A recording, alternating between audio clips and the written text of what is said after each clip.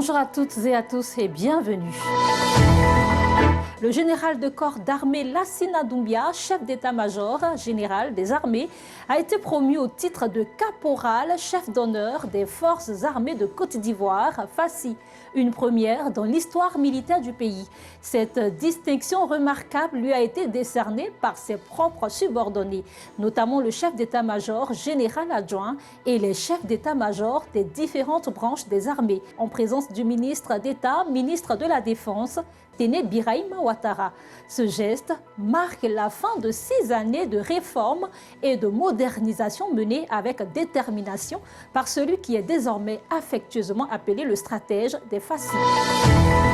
L'Institut de recherche stratégique de l'Académie internationale de lutte contre le terrorisme organise à Grand-Bassam un séminaire à l'intention des parlementaires africains regroupés au sein du réseau des parlementaires africains membres des commissions défense et sécurité. Sous le thème « Responsabilité du parlementaire face aux crises intra-étatiques ».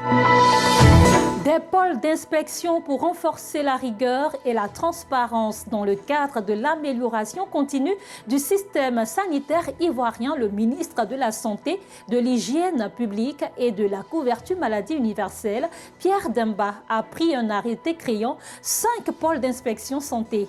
Cette mesure novatrice vise à renforcer le contrôle, l'efficacité et la qualité des services de santé à travers le pays.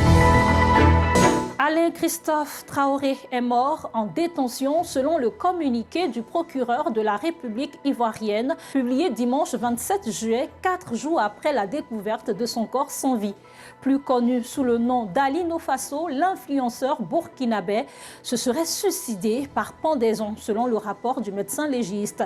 Âgé de 44 ans, Alino Fasso avait été interpellé par les forces de l'ordre ivoiriennes en janvier dernier, notamment selon le communiqué du procureur de la République pour complot contre l'autorité de l'État. 16 morts et 51 blessés évacués par les services de secours au centre hospitalier régional CHR de Katiola le dimanche 27 juillet 2025.